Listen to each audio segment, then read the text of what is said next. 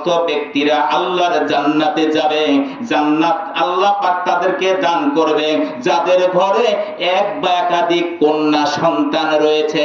এই কন্যা সন্তানের প্রতিপালনকারী মুমিন বান্দা বান্দিরা আল্লাহর জান্নাতে চলে যাবে।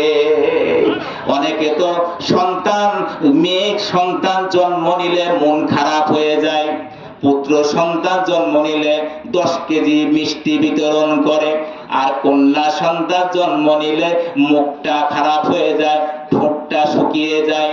আমার বন্ধুগণ, আল্লাহর নবী যখন পৃথিবীতে এসেছিলেন, এসে দেখেন কন্যা সন্তানের কোনো দামই নাই। তিনটা জিনিস ওরা মনে করত, ভোগের বস্তু মনে করত, দাসীর মতো ব্যবহার করত। যার সমাজে কোনো কন্যা সন্তান জন্ম নিলে কুলক্ষণ মনে করত। জাহেলি যুগে, ঠিক না ঠিক?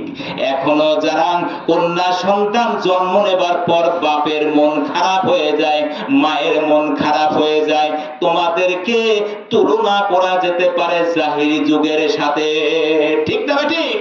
আমার বন্ধুগণ, রাসূল আমার বলেছেন, যার ঘরে এক বা একাধিক কন্যা সন্তান জন্ম নিয়েছে, যদি আদব কায়দা শিক্ষা দিয়া, দ্বীনি ইলম শিক্ষা দিয়া ভালো পরিবারে বিয়া দিতে পারে, ওই কন্যা সন্তান প্রতিপালনকারী পিতা মাতা আমার আল্লাহর জান্নাতে চলে যাবে।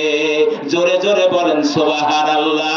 হাকিকতে জিন তো দুনিয়া বেখবর হ্যায়, দুনিয়া কি নুমাইশ পর নজর হ্যায়, নমি গোয়ম কে আজ দুনিয়া জুদা বাস বাহার কারে কে বাশিবা খোদা ও চিস্তে দুনিয়া আজ খোদা গাফিল বুদান নাইকো মাশো নকরা ওয়াফার জিন্দুজম।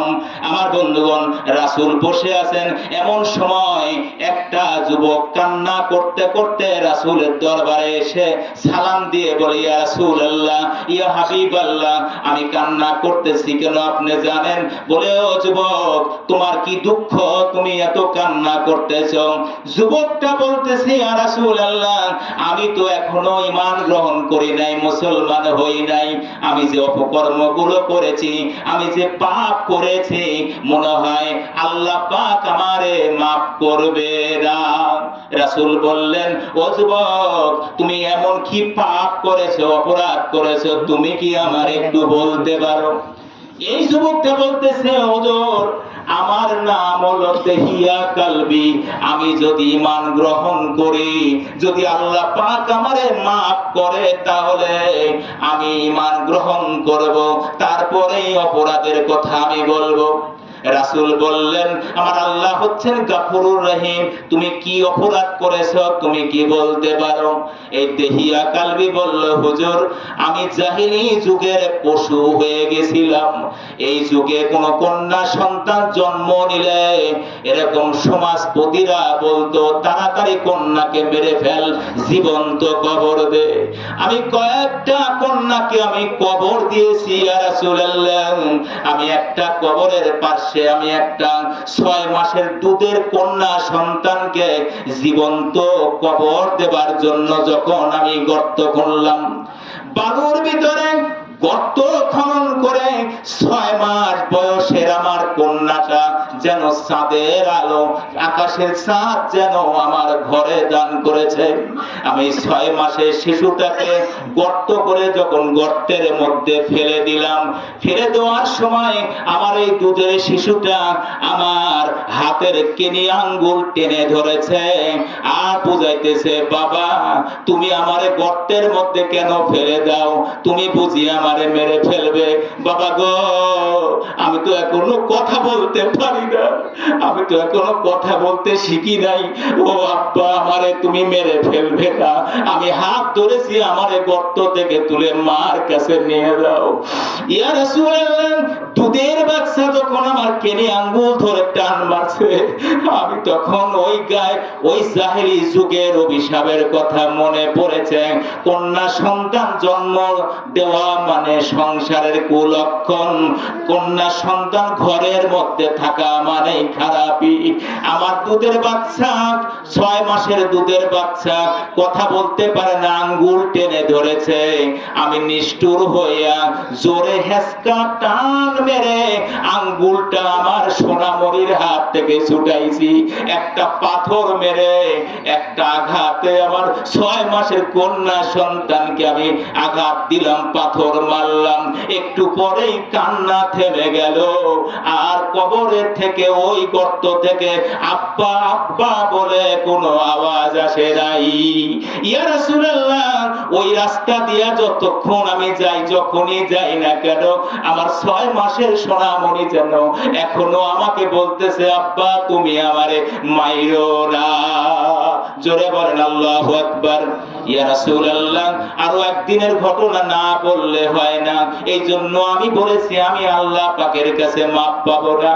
আমি যখন সফরে গেলাম, আমার স্ত্রী ছিল প্রেগনেন্ট, গর্ভবতী। আমি বললাম আমি সফরে চলে গেলাম, হয়তো বা 1 যুগ দেরি হবে।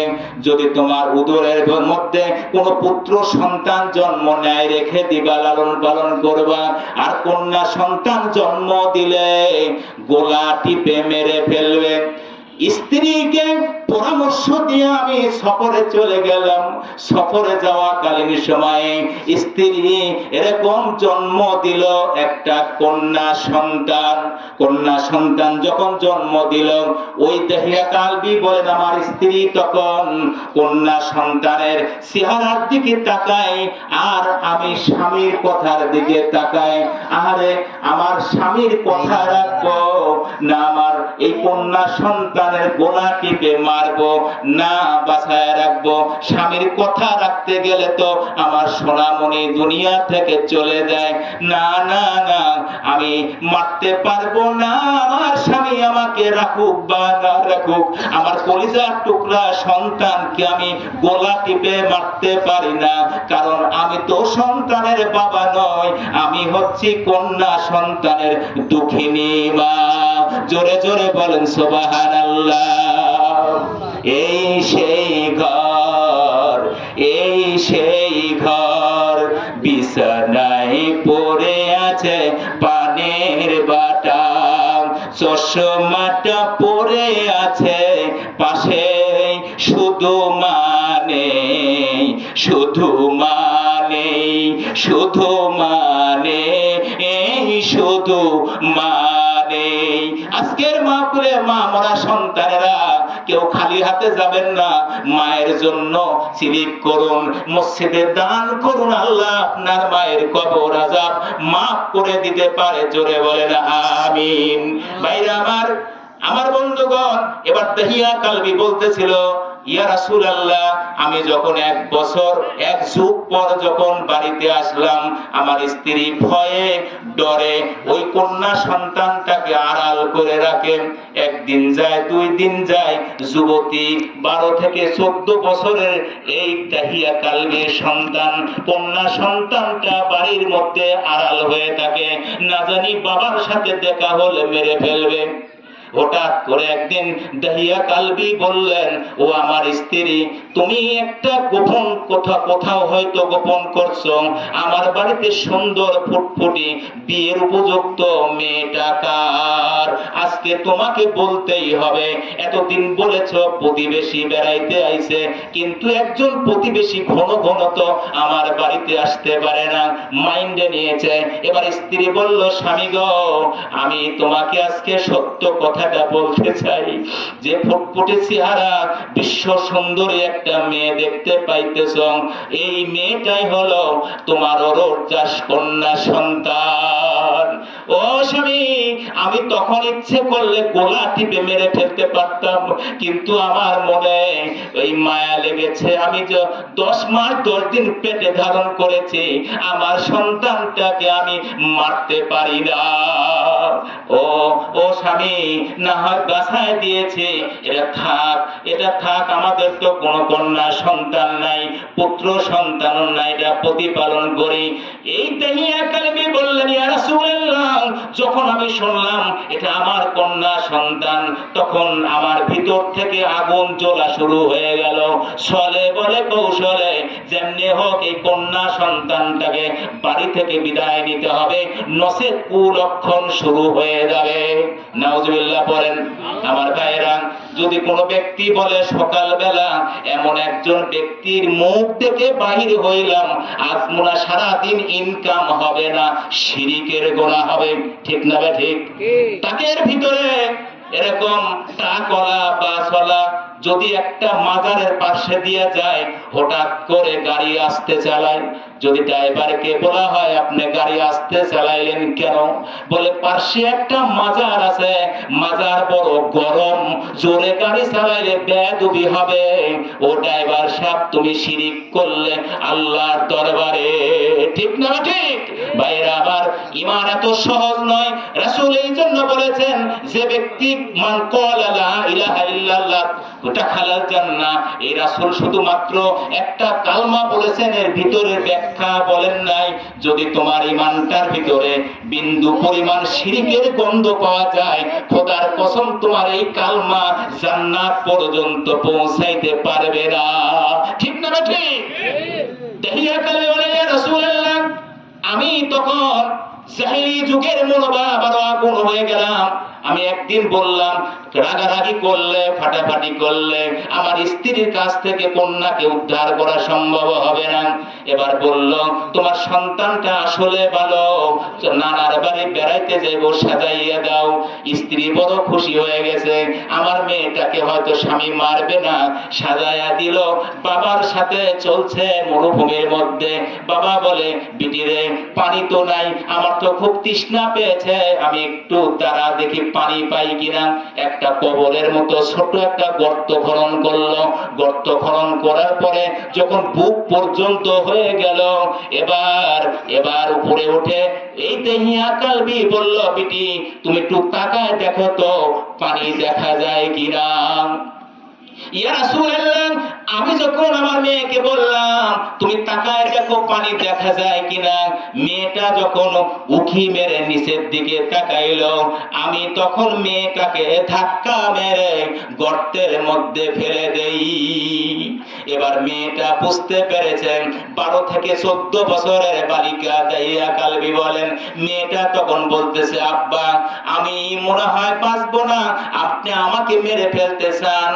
কারণ আমিও শুনেছি এই সমাজে কন্যা সন্তান জন্ম নেওয়া বড় অপরাধ, কন্যা সন্তান হলেই মেরে ফেলে।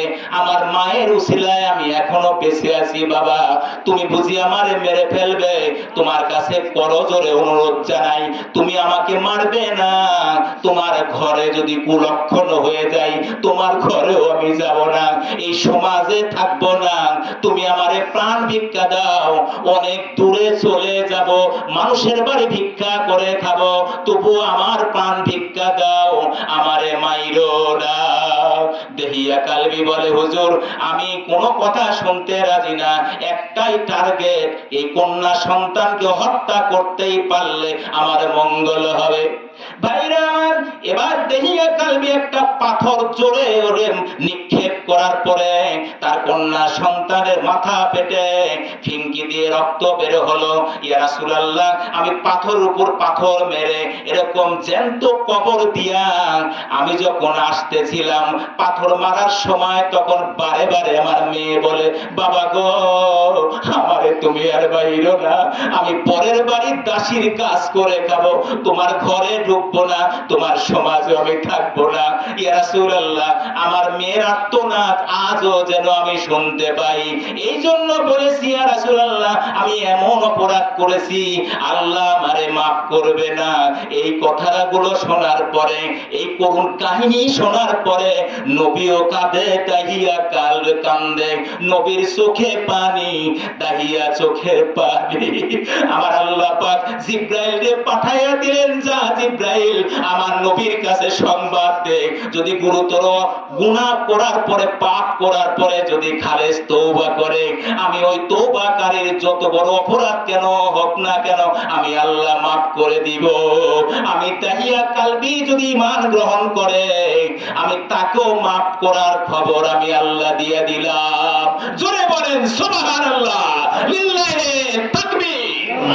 এই সেই আল্লাহ, আমার গড, আমার প্রফেট মুহাম্মদ সাল্লাল্লাহু আলাইহি সাল্লাম, আল্লাহর পথে থাকুন, রাসূলের আদর্শের পথে থাকুন, ওই জান্নাত দিয়ে আল্লাহ খুশি করবেন।